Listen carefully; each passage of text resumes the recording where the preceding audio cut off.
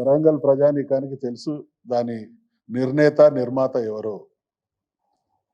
ఇదే సందర్భంగా ఈ ప్రభుత్వం విజయోత్సవ సభ, అసలు వీళ్ళు ఏం ఉద్ధరించిందని, 11 మాసాల కాంగ్రెస్ పాలనలో తెలంగాణ రాష్ట్రంలో ఏదైనా మంచి జరిగితే విజయోత్సవ సభ ఎప్పుడు జరుపుతాం? ప్రజలకు బ్రహ్మాండమైన జరిగితే విజయోత్సవ సభ ఎప్పుడు జరుపుతాం?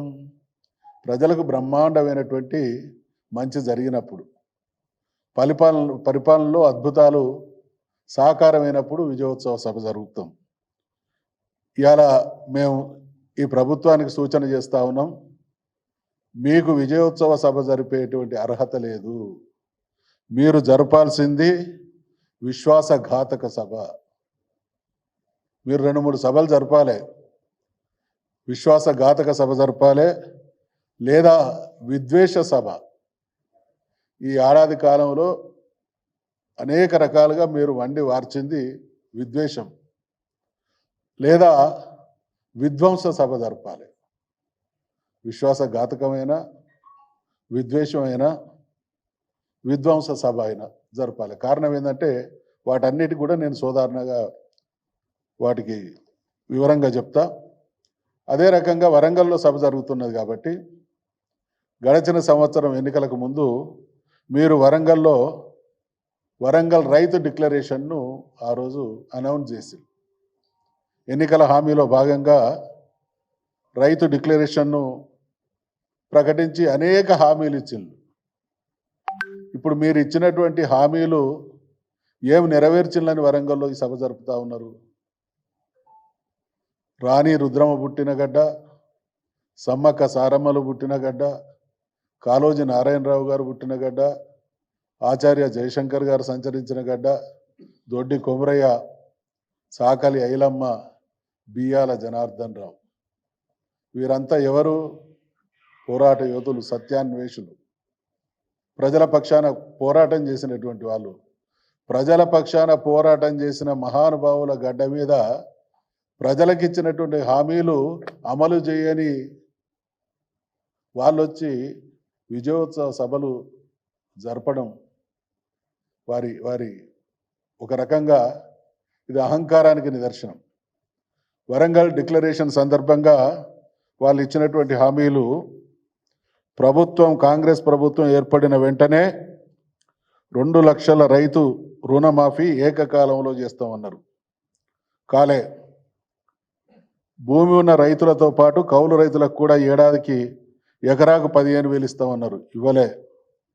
భూమి లేని ఉపాధి హామీ రైతు కూలీలకు ఏడాదికి 12,000 ఇవ్వలే. అన్ని పంటలకు మెరుగైన మద్దతు ధరతో కాంగ్రెస్ ప్రభుత్వమే కొనుగోలు చేస్తుందని చేయలే. మూతబడిన చక్కెర కర్మాగారాలు తెరిపించి పసుపు బోర్డు ఏర్పాటు చేస్తామన్నారు. తెరిపించలే. వివిధ కారణాలతో పంట నష్టపోతే తక్షణం నష్టపరిహారం అందేలా పటిష్టమైన పంటల బీమా పథకం తీసుకొస్తామన్నారు. అమల్లోకి రాలే. రైతు కూలీలు, భూమి లేని రైతులకు సైతం రైతు బీమా పథకం వర్తింపన్నారు. అమలు కాలేదు. పోడు భూముల రైతులకు, అసైన్డ్ భూముల లబ్ధిదారులకు క్రయ విక్రయాలతో సహా అన్ని యాజమాన్య హక్కులు కల్పిస్తామన్నారు. ఇప్పటికి గాలే. అంటే ఏ ఒక్క హామీ కూడా అమలు చేయకుండా అదే గడ్డ మీద ఇటువంటి మీటింగ్ పెట్టడం అనంటే ప్రజల్ని వంచడమైనటువంటి విషయాన్ని మరొకసారి గుర్తు చేస్తూ ఉన్నాం. నేను ఇందాక చెప్పిన కదా, విశ్వాసఘాతకం. ఎందుకు ఈ పదం వాడుతున్నామంటే, మీరు అన్ని వర్గాల ప్రజలకు ఎన్నికల మేనిఫెస్టోలో గ్యారంటీల రూపేణా, హామీల రూపేణా ఇచ్చింది. ఏ వర్గం ఏ రోజు మీ పాలనలో బాగున్నది? రైతుల విషయంలో రైతు మేము బంధు ఇస్తే మేము భరోసా ఇస్తామన్నారు. ఇవ్వడం లేదు. రుణమాఫీ అన్నారు. రుణమాఫీ 2 లక్షల రూపాయలది. దానికోసం ముఖ్యమంత్రి గారు 15 ఆగస్టులో ఆల్మోస్ట్ ఆల్ పూర్తి చేస్తామనేటువంటి రకంగా మాట్లాడి, ఎక్కడికి పోతే అక్కడ ఎక్కడ మీటింగులు పెట్టినా ఆడ ఉండేటువంటి స్థానిక దేవుళ్ళ మీద ఒట్టు పెట్టి మేము పూర్తి చేస్తామన్నారు. ఈరోజు మహారాష్ట్ర ఎన్నికల ప్రచార సభల్లో రోడ్ల మీద తిరుగుతూ ముఖ్యమంత్రి గారు తెలంగాణలో మేము అన్ని హామీలు అమలు చేసినాం, మాలాంటి ప్రభుత్వం మీ దగ్గర రావాలంటే కాంగ్రెస్ పార్టీని గెలిపించాలనేటువంటి అసత్య ప్రచారం చేస్తూ ఉన్నారు. ఇది కాంగ్రెస్ పార్టీ నిజస్వరూపం బట్టబయలైతా ఉన్నది. వీళ్ళు మాటలతోని ప్రజల్ని మభ్యపెట్టి మోసబుచ్చేటువంటి కార్యక్రమం. అందుకనే విద్యార్థుల విషయంలో కానీ, మైనార్టీల విషయంలో కానీ, బీసీల విషయంలో కానీ, రైతాంగం విషయంలో కానీ, ఉద్యోగుల విషయంలో కానీ అనేక రకాలైనటువంటి హామీలు ఇచ్చిండ్రు. ఈ హామీలన్నీ ఇవాళ అమలుకు నోచుకోలేదు కాబట్టి మేము ఈ సభకు విశ్వాసఘాతక సభ అనేటువంటి పేరు పెట్టుకోమనే మాట మాట్లాడతాం. అదేవిధంగా విద్వేష సభ అంటున్నాం. ఎందుకంటున్నాం? ఈ ఏడాది మాసంలో ఎక్కడైనా ముఖ్యమంత్రి గారి నోట నిన్నగాక మొన్న చాచా జవహర్లాల్ నెహ్రూ గారి సందర్భంగా జరిగినటువంటి కార్యక్రమంలో కూడా ఆయన విద్వేషమే. ఒక తెలంగాణ పోరాట యోధుడు తెలంగాణ కోసం ఒక్కడిగా బయలుదేరి ఉద్యమాన్ని ప్రారంభించి కోట్లాది ప్రజల్ని కదిలించి తెలంగాణ జాతిని యావత్తు ఏకోన్ముఖులం చేసి తెలంగాణ సాధించినటువంటి కేసీఆర్ గారి మీద ఆయన మాట్లాడుతున్నటువంటి మాటలు మనం అందరం చూస్తూ ఉన్నాం. అందుకనే విద్వేషం అంటున్నాం. గోళీలు కనుగుడ్లతో గోళీలు ఆడుకుంటాం, లాగుల్లో తొండలు చొరగొడతాం, భూముల్లో జిల్లెలను ముడిపిస్తాం, లంక బిందెలు ఉంటాయి అనుకొని వస్తే ఇంకేదో జరిగింది, లేదా కౌన్సిల్ సభ్యులను పెట్టుకొని ఇరాన్ కేఫ్లో కూర్చున్నట్టున్నది. ఇది ఏమన్నా ముఖ్యమంత్రి స్థాయి? ఒక ప్రజాస్వామ్య వ్యవస్థలో ఒక పాలకుడు తన స్థాయిని, తన ప్రజల స్థాయిని పెంచి ఇమేజ్ పెంచుకునేటువంటి దిశగా ఆలోచించాలి తప్ప ఈయన అన్నిటినీ కించపరిచేటువంటి మాటలు మాట్లాడుతూ ఉన్నారు.